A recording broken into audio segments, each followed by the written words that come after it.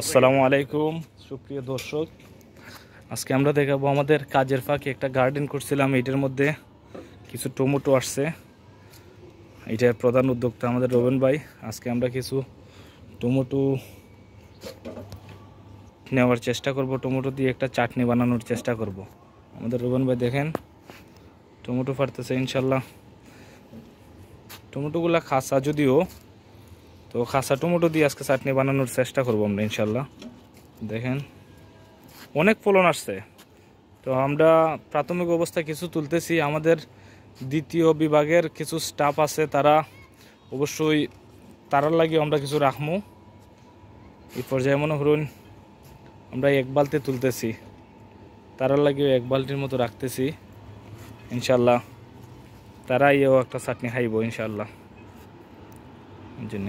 এই দেখেন একবারে অর্গানিক, এখানে কোনো সার প্রয়োগ করা হয়েছে না, বুঝেননি। তো শুধু যে বিসি ফালানি হয়েছিল, বিসির পরে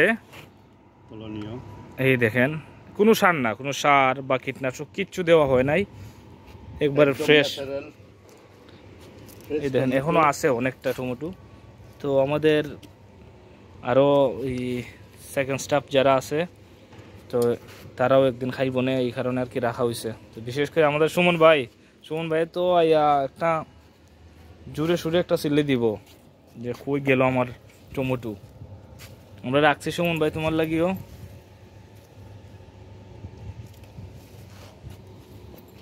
এইভাবে গার্ডেন করতে আসলে খান না ভালো লাগে, প্রকৃতির সাথে থাকাটা এটা অনেক একটা মনের বড় একটা মনের ব্যাপার। প্রকৃতির সাথে তো আমরা সবাই থাকতাম পারি না, এই জন্য তো আশা করি সবাই এদের থেকে উদ্বুদ্ধ হইয়া সবাই যার যার বাড়ির আঙিনায় গার্ডেন লাগানোর চেষ্টা করবো আর কি। তো ভালো থাকবা। আর অবশ্যই নেক্সট যদি কোনো ভিডিও বানাই অবশ্যই আপনারা ইনভাইট করবো। আর নেক্সট যদি কোনো গার্ডেন বানাই আপনারা দেখানোর চেষ্টা করবো। আমরা গার্ডেনের সাথে কিছু ভিউ দেখানোর চেষ্টা করবো। এই আমাদের রেস্টুরেন্ট, নাম শ্রিমপোর্ট। এই যে আমাদের রোহন ভাইয়ের কাজ শেষ, এক বালতি ফুল। ইয়াল্লাহ রোহন ভাই এক বালতি ফুল, টাটা বাই বাই। রোহন ভাইয়ের মিন্টও আছে। আপনারা একটা জিনিস যদি আমি দেখাই, দেখেন এখানে কাজের পাশাপাশি যদি এগুলো এই দেখেন মিন্টের পাতাগুলো, মিন্টের অরিজিনালি যে ডালগুলো আছে না, এগুলো যদি রোপণ করা হয় তো অটোমেটিক ডাল থেকে মিন্টের পাতাগুলো হয়, তো অনেক ফ্রেশ।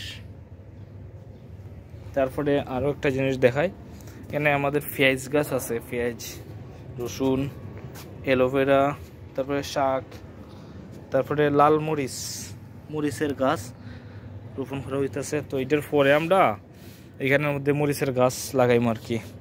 এইটা হচ্ছে আমরা এই অ্যালোভেরা গাছ। আরও একটা জিনিস দেখাই আপনারা, এখানে দেখবা যে এগুলার পরে আমরা আবার প্ল্যান করতেছি অন্য কিছুর। এখানে দেখেন আদা গাছ আছে, পরবর্তীতে আমরা প্ল্যান আছে এখানে আদা গাছ, তারপরে মিষ্টি কুমড়া গাছ অলরেডি আমরা লাগাইছি। মিষ্টি কুমড়া গাছ টমেটোর ফোড়েই মিষ্টি কুমড়া গাছগুলা বড় হইতেছে আর কি। এগুলার এই দেখেন মিষ্টি কুমড়ার সাথে মরিচ গাছ রাখবো এটার মধ্যে, আর আদা রোপণ করবো আর কি। এই অল্প জায়গার ভিতরে আমরা অনেক কিছু এখানে এই পুরো বছরই মানে একটা না একটা রোপণ করি। তো তারপরে মনে করুন ফ্রেশ যে জিনিসগুলো আছে না, এগুলা খাওয়া বড় কথা না, আমরা যেন দেখি চৌখের শান্তিটাও আমরা মিলাই এখান থেকে। তো সবাই ভালো থাকবা, সুস্থ থাকবো, আমরা লাগে দোয়া রাখবো আর কি। আর আমরা ইনশাল্লাহ নেক্সট ভিডিও কত হইব আপনার সাথে। তো নেক্সট ভিডিওতে দেখানোর চেষ্টা করবো আর কি আমরা কি রোপণ করতেছি আর কি খেতা করতেছি। তো ভালো থাকবা সবাই, আসসালামু আলাইকুম।